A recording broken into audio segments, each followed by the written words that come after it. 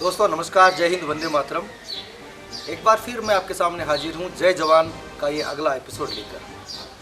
इस समय मैं नागौर ज़िले के छपारा गांव में हूँ, जहाँ पर दो ऐसे सैनिक हमारे साथ हैं जिन्होंने अलग अलग समय पर युद्ध लड़े। जिनमें एक हमारे साथ है भागीरथ सिंह राठौड़, जिन्होंने 1971 का युद्ध हुसैनीवाला के बॉर्डर पर लड़ा।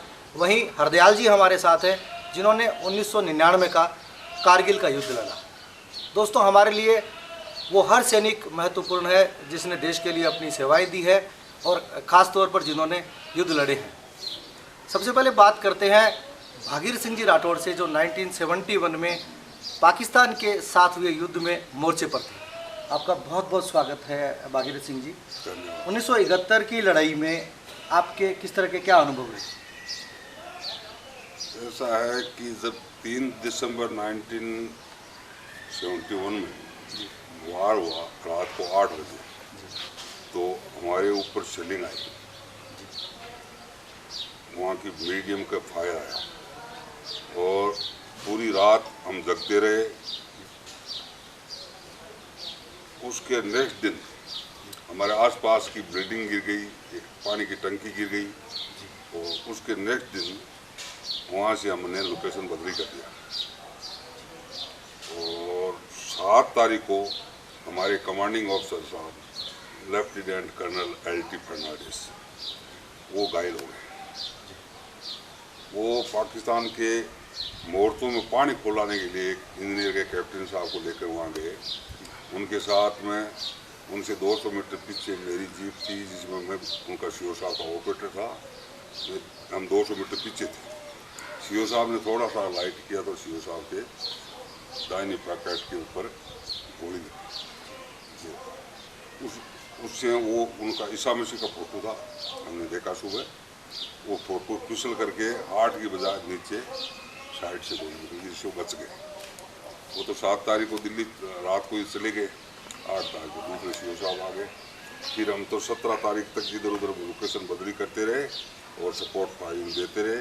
हमारी 25 पाउंड फ्लिट रेजिमेंट थी, जिसकी रेंज 7 किलोमीटर है, और इनफेंट्री को सपोर्ट करते आगे 17 तारीख तक वैसे रहे। जी राठौड़ साहब, किस तरह का माहौल होता है?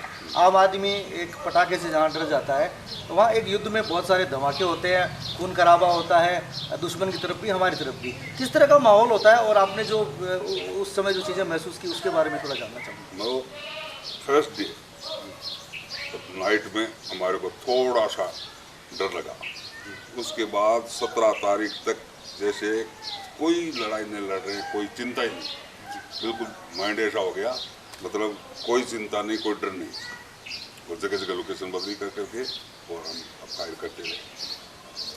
फर्स्ट दिन जरूर थोड़ा सा महसूस हुआ, बाद में क्योंकि एक साथ हमला हुआ। हाँ, बाकी कोई मतलब बिल्कुल ही मतलब जैसे घबराहट नहीं, चिंता नहीं। आप जिस लोकेशन पे थे, तो फायर पाकिस्तान की तरफ से आया था पहले या हमने फायर किया था? हुसैनीवाला पर तो पाकिस्तान की तरफ से आया था। जहाँ फिरोजपुर से आगे हुसैनीवाला बॉर्डर है, वहाँ पर तो पाकिस्तान की तरफ से था। उसका जवाब आपने दिया। हाँ। और क्या आपकी जो ये आपके साथी थे और आप थे, क्या ये पाकिस्तान के अंदर भी गए या सारी बॉर्डर पर ही लड़ाई हुई? हमारी बॉर्डर पर ही हमारी इन्फेंट्री है जी। उनका एक पोस्ट, एक पंजाब रेजिमेंट थी, उनका नदी के पार था। तो वो उस दिन कोई उनका रेजिंग डे था या कोई ऑफिसर रिटायर हो रहा था, वो पार्टी मना रहे थे। अचानक फायर हो गया, वो नदी को क्रॉस कर कर करके चड्डी बनी, हम इधर आया पूरी तरह। अच्छा। नहर थी ना, तो फिर वहीं से वो बीच में वो नदी होने के कारण से न तो उधर हो जा सके ना आ सके। बाकी कैजुअलिटी इन्फेंट्री की हमारी भी काफ़ी। उस समय कोई आपके साथी शहीद हुए हों, घायल हुए हों, उनके बारे में अगर आपको कुछ याद आ रहा है तो उसके बारे में बताएं। हमारे तो घायल सिर्फ हमारे CO साहब, कर्नल साहब, लेफ्टिनेंट कर्नल LT फर्नांडिस साहब हुए, एक जवान का पेड़। मतलब नुकसान आपकी जो टुकड़ी थी उसको नुकसान बहुत कम हुआ?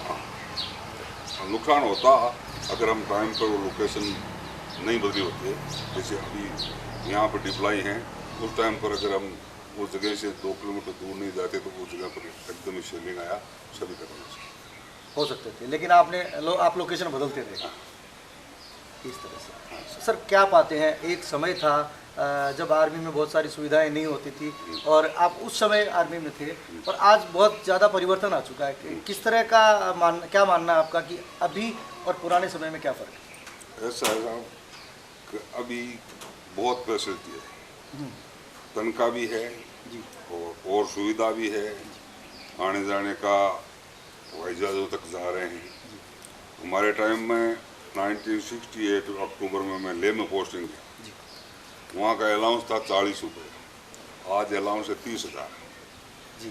अच्छा, मेरी तनख्वाह थी 100 रुपया, तो वहाँ पर जाने से 140 रुपये तनख्वाह हो गई। तो मैंने क्या किया, मनी ऑर्डर वगैरह दिक्कत पड़ती थी, तो एक सिस्टम था कि आप घर पर 100 रुपये मंथली करा सकते हो, तो मैंने 100 रुपया पर मंथ घर के लिए करा दिया। क्या ये मनी ऑर्डर की लिमिट थी क्या कि 100 रुपये ही आप दे सकते हो? तनख्वाह तो 140 है ना, मतलब आप जितना भेज सकते हो घर भेज सकते हो जी। वो एक सिस्टम था, उससे आप फॉर्म भरो, आपके घर पर हर महीने। तो ये एक बड़ी रकम थी 100 रुपये, जिसको आप घर पर भेजा करते थे। हाँ, तो यहाँ पर अपने आप हर महीने 1 साल 1.5 साल। जी, बहुत बहुत धन्यवाद भागीरथ जी। हमारे साथ हरदयाल जी भी हैं, जिन्होंने 1999 कारगिल का युद्ध लड़ा। कारगिल का युद्ध बहुत ही महत्वपूर्ण था और बहुत ही कठिन, क्योंकि दुश्मन ऊपर था और हमारे जवान नीचे थे। आप 16 ग्रेनेडियर ब्रिगेड में थे। आपसे जानना चाहूँगा, क्योंकि आप वहाँ घायल हो गए थे और आपकी श्रवण शक्ति चली गई थी, और उसके बाद आप रिटायर होकर यहाँ पर आए। हरदयाल जी बहुत बहुत स्वागत है आपका। धन्यवाद सर आपका। आप छुट्टी पर आए हुए थे और आपको बुलाया गया। हाँ जी। किस तरह से आपकी लड़ाई की शुरुआत हुई और वहाँ का घटनाक्रम मैं आपसे जानना चाहूँगा। शुरुआत सर जो मैं बताता हूँ, मेरे साथ वहाँ मैं छुट्टी पे आज छुट्टी से कॉल आया और मैं दिल्ली जाके एयर इंडिया से हवाई साधन से मेरी यूनिट में पहुँचा हूँ। और वहाँ जब देखा जाते तो सारे जवान लड़ाई में थे, और जैसे ही मैं गेट पर प्रवेश किया तो मुझे निर्देश मिल गए हमारे कमांडर से कि भाई आप अपने हथियार निकालो और अटैक में सीधे लड़ाई में सीधे लड़ाई में। उससे पहले हमारे गेट के ऊपर सामने पाकिस्तान से फायरिंग आ रही थी। जो वहाँ होता है केरोसिन का बैरल होती है, तो हमारी 150-200 केरोसिन थे, उस केरोसिन को निशाना बना रहे थे वो आग लगाने के लिए कि इनके आग लगा दिया।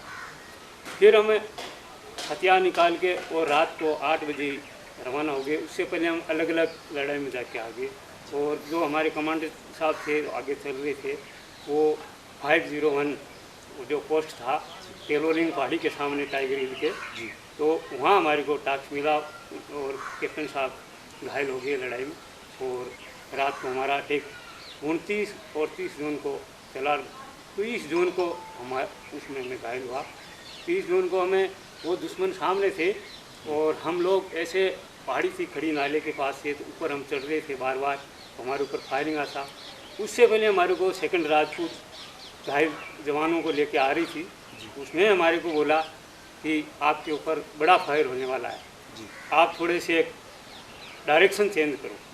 लेकिन डायरेक्शन चेंज कहाँ करें, नीचे नाला, सामने दोनों पहाड़ियाँ खड़ी बहुत बड़ी, और उससे पाकिस्तान बार बार उनका जो सिस्टम था ओपी सिस्टम, उनको पता था कि इंडिया की जवान है, फौज है, वो हमारे ऊपर फायर करेगी।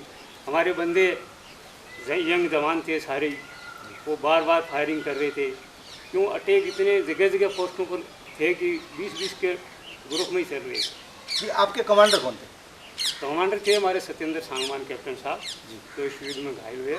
और हमारे एक साथी जो हरियाणा के अशोक तिगड़ाना, वो भी घायल हुए। 3 दिन तक वो उनको पता नहीं था, होश में नहीं थे। एक हमारे मेरा प्रिय दोस्त था जो नागौर जिले का पुलिस का सुरेंद्र सिंह, वो भी उसमें दूसरे सामने पोस्ट पे शहीद हो गए। एक संजय सिंह थे, वो भी शहीद हुए।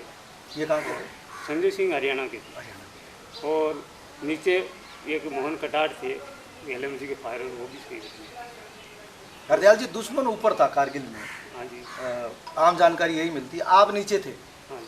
तो किस तरह का भय का माहौल था, क्योंकि ऊपर से कोई नीचे कुछ फेंकता है, अगर पत्थर भी फेंकता है तो उसको बहुत फ़ायदा मिलने वाला होता है। किस तरह की, क्योंकि आप उस चोटी पे थे। हाँ सर, ये लड़ाई तो कठिन तभी तो मानी जा रही है कि कारगिल की लड़ाई कठिन थी। वह किसी जवान में नहीं था सर। जैसे ही तैयारी कर रहे थे अटैक की, तो कमांडर के साथ तो हमारे जवान भारत माता की जय बोलते हुए और बड़े जोश के साथ चल रहे थे कि अपने को पूरा देश देख रहा है, अपना धर्म है, कर्म है। ऐसा कोई भय नहीं था किसी जवान को, और जोश और जज्बे के साथ लड़ाई लड़ते थे। जी बहुत बढ़िया। आप घायल हुए थे तो किस तरह से घायल हुए और क्या स्थितियाँ बनी? सर, हमें उस पर जो आपको बताया कि जहाँ हम अटैक कर रहे थे, उस पहाड़ी पे हम चढ़ रहे थे, वहाँ बार बार वो आर्टी सेलिंग लग रही थी। उसी में हमारा जो ऑपरेटर था ऑफिस जो सिग्नल का, वो उससे संपर्क कट गया, वो घायल होकर पीछे नाले में उड़ गया। और उसके बाद हम उस पर फिर भी कोशिश कर रहे हैं कि भाई फायरिंग करते रहें, अगर फायर नहीं किया तो दुश्मन आगे बढ़ जाएगा। तो हम उसके अंदर रात को 2:30 बजे हम उसके जो बम्बार था उसके अंदर वो लगा, बम पड़े हम 5-6 बम हमारे ऊपर, तो उससे हम घायल हो गए। और जो नीचे नाला था वहाँ तक हम 30-40 फुट लुढ़क थे, 6-7 बंदे एक साथ घायल हुए। तो उसके बाद हमारे जो साथी थे, हम घायल अवस्था को ये है कि भाई साथी जो घायल हो गया उसको साथी जवान ही हेल्प करेगा उसकी और लेके आएगा नीचे। फिर जहाँ गाड़ियाँ ऊपर जाती थी सर, तो हमारे को कंधे पे हमारे जवानों उठा के, और ऑपरेटिंग सिस्टम ख़त्म हो गया था तो घसीटते हुए, जो भी स्थिति बर्फ़ इतना था कि घसीटते हुए हमारे को उसने नीचे लाए हैं और हॉस्पिटल में पहुँचाया है। उसके बाद हमें ये पता नहीं कि खून से कपड़े से हॉस्पिटल में देखा कि भाई कौन सी जगह मैंने हॉस्पिटल पूछे कहाँ हूँ मैं, कि घुमरी के अंदर हो, आपको एयर इंडिया से चंडीगढ़ हॉस्पिटल कमांड हॉस्पिटल में शिफ्ट किया जा रहा है। तो वहाँ हॉस्पिटल में होस्ट आने के बाद उन्होंने कहा ये जो आजकल तो बात करने का साधन नहीं था, तो कोई लैंडलाइन अगर किसी के घर पे फ़ोन हो तो बात करो, लेकिन मेरे घर पे फ़ोन नहीं था। हरियाल जी इस समय क्या कर रहे हैं? इस समय सर मैं री एम्प्लॉय हूँ और राजस्थान सरकार के रेवेन्यू डिपार्टमेंट में यूडीसी के पद पर हूँ, और अभी तहसील लाडनू के अंदर पोस्टेड हूँ। एक सवाल इम्पोर्टेंट पूछना चाहूँगा आपसे। जिस तरह से आपके पास कॉल आई, इमरजेंसी कॉल आई कि लड़ाई छिड़ गई है और आपको आना है, कैसी परिस्थितियाँ होती है जब एक फ़ौजी छुट्टी पे आया होता है और उसको एक इमरजेंसी कॉल आती है कि आपको किसी भी हालत में कल तक बॉर्डर पे पहुँचना है जहाँ लड़ाई छिड़ चुकी है? परिवार वाले, बच्चे, किस तरह की भावनाएँ होती हैं? सर, जवान को तो कॉल आता है तो जाना ही होता है, लेकिन परिवार के अंदर ये भय होता है कि लड़ाई चल रही है, क्या होगा क्या नहीं होगा। परिवार के अंदर तो थोड़ा सा डर ही रहता है, उनको डर लगता है, लेकिन जवान को डर नहीं लगता है। डर नहीं लगता, डर नहीं लगता। लेकिन कुछ भावनाएं होती है बच्चों को छोड़कर जाने में, तो और घर वालों की क्या रिएक्शन रहती है? रिएक्शन तो घर वाले तो ये कहते हैं अपना ध्यान रखना। ध्यान तो लड़ाई के अंदर तो सर ध्यान क्या रखते हैं, कोई ध्यान नहीं है। ये धन्यवाद। देश के लिए लड़ने जा रहे हो, अपना ध्यान रखना। लेकिन फौजी फ़र्ज निभाने के लिए जाता है और वो लड़ाई लड़ता है, वो अपनी तरफ से पूरी कोशिश करता है कि वो देश के लिए बेहतर से बेहतर कर सके। जो कारगिल के अंदर टाइगर हिल था और कोलोलिंग, उसमें हमारी यूनिट ने अहम भूमिका निभाई, और एंड हमारी यूनिट ने की, शुरुआत हमारी यूनिट ने की लड़ाई। आपकी यूनिट ने ही शुरुआत की और आपकी यूनिट ने ही कारगिल का युद्ध जीतने में सबसे महत्वपूर्ण भूमिका निभाई। जब आप होश में आए और आपको पता चला कि हम कारगिल जीत चुके हैं, तब आपको कितनी खुशी हुई? खुशी तो सर बहुत ज़्यादा हुई, सभी को हुई। गांव में भी होती है और रिश्तेदारी में भी होती है, खुशी होती है। लेकिन दुख ये हुआ थोड़ा कि भाई हमारे जो साथी थे वो नहीं रहे, वो शहीद हो गए। हमारे 80 जवान घायल होके आए और हम यूनिट में भी रहे काफ़ी दिन, लेकिन फिर ऐसा कोई सरकार का निर्देश था कि जो घायल जवान है उनको पेंशन भेज। सर हमारी को बाद में पेंशन भेज। बहुत अच्छी सेवाएं रही हरदयाल जी आपकी, और भागीरथ सिंह जी आपकी तो बहुत ही महत्वपूर्ण सेवाएं, क्योंकि आपने 1971 के युद्ध में अपनी सेवाएं दी। दोस्तों, ये हमारा था खास एपिसोड था जय जवान पार्ट 2 का। इस तरह के बहुत सारे प्रोग्राम हम आपके लिए लेकर आते रहेंगे। हमारे लिए हर सैनिक महत्वपूर्ण है, और ख़ासकर वो जिन्होंने युद्ध लड़ा हो। बहुत जल्दी हम आपके लिए एक सैनिक परिवार की ऐसी गाथा लेकर आएंगे जिसमें कारगिल के युद्ध में एक सैनिक शहीद हो गया, उनके परिवार के लोगों से आपको मिलवाएंगे। आप लगातार हमारा ये चैनल देखते रहिए और इस बार मैं आपसे निवेदन करूंगा कि आप सब्सक्राइब जरूर करें, क्योंकि हमारे ये प्रोग्राम सब्सक्राइब करने पर ही लगातार आपको मिलते रहेंगे। जय हिंद, वंदे मातरम।